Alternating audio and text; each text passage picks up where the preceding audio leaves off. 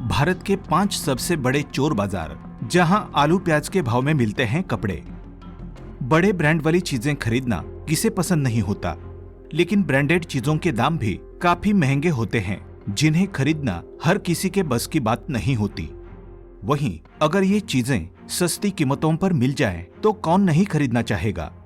लेकिन बड़े ब्रांड वाली दुकानों पर ये चीजें सस्ती कीमतों पर खरीदना मुमकिन नहीं है, और ऐसे में देश के कई बड़े शहरों में सबसे बड़े चोर बाजार चलाए जाते हैं, जहां आपको कपड़ों से लेकर कई कीमती सामान बेहद सस्ती कीमतों पर मिल जाएंगे।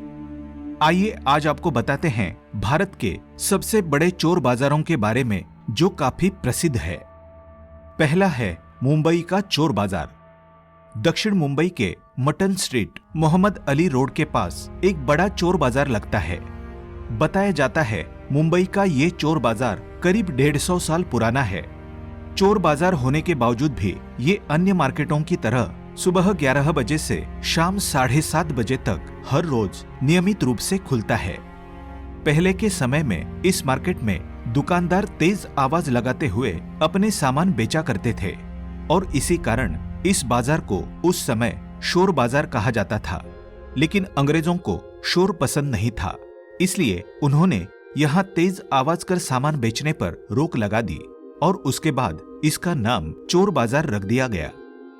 मुंबई के चोर बाजार में आपको सेकेंड हैंड कपड़े, automobile parts, phone, electronic gadgets, खिलौने और चुराए हुए कई ब्रांडेड सामान सस्ती कीमतों पर मिल सकते हैं।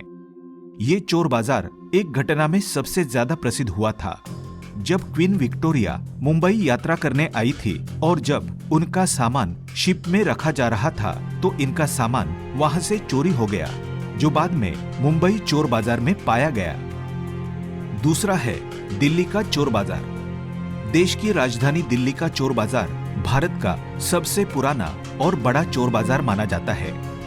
पहले के समय ये चोर बाजार लाल किले के पीछे लगाया जाता था, और उस समय इसका नाम संडे मार्केट था। लेकिन वर्तमान में ये चोर बाजार दरियागंज में जामा मस्जिद के पास लगाया जाता है। दिल्ली का चोर बाजार काफी प्रसिद्ध है, और कहा जाता है यहाँ काम आने वाले हर जरूरत के छोटे बड़े सामान किफायती कीमतों पर उपलब्ध है। इसी कारण इसे कबाड़ी बाजार भी बोला जाता है।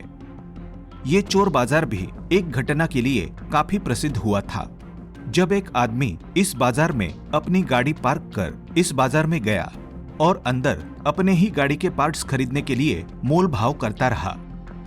तीसरा है मेरठ का चोर बाजार। कहा जाता है मेरठ का सोतीगंज मार्केट एशिया का सबसे बड़ा स्क्रैप मार्केट है। मेरठ का ये बाजार नियमित रूप से प्रतिदिन सुबह 9 बजे से शाम के 6 बजे तक खोला जाता है।